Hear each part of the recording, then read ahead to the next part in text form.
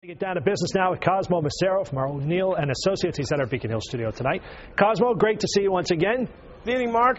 Let's talk about Dunkin Donuts. Everybody loves to go get a coffee, get a donut, get a breakfast sandwich, and now you can even own a piece of the company if you like it so much, right? Yeah, it was just a rumor a couple of weeks ago, Mark, but now it's reality. Dunkin Donuts is going to go public on the NASDAQ. They're going to raise about $400 million in stock, probably about 15 or 20% of the company available to the public.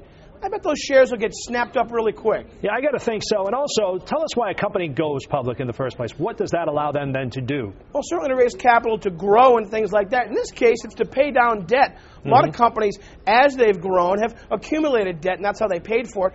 Now they're in a position to pay down some of that debt by going public. The private equity firms that own Dunkin Donuts, they're cashing out. It's a good opportunity.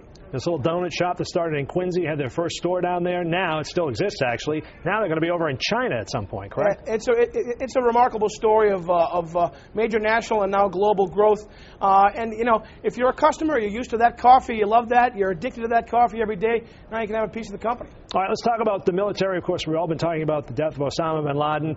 But in light of that, talk about the military, because they are talking about using apps for the military, much like we use on our smartphones now, as tools to help them in combat, correct? Yeah, more and more the military is using smaller technologies, simulators for combat training. You think of high tech when you think of the military, but they're actually having competitions among soldiers to develop apps for their smartphones, things they can use in the field, training guides and so forth.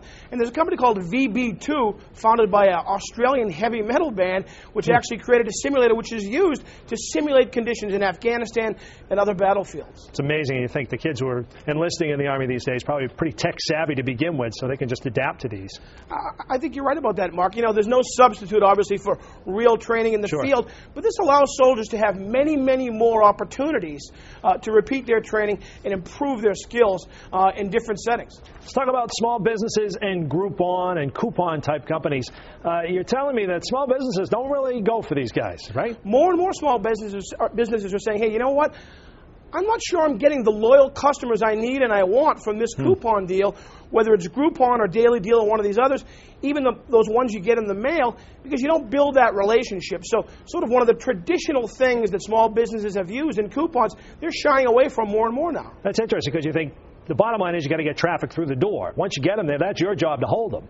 Problem is, people are moving from deal to deal to deal, from store to store, going after those individual deals and not building loyalty. That's the repeat business that makes small businesses really grow. Very interesting. It's always changing. Cosmo Macero, O'Neill and Associates, keeping an eye on for us in the business world. We appreciate it. All right, Mark, thanks. Take care. Maria?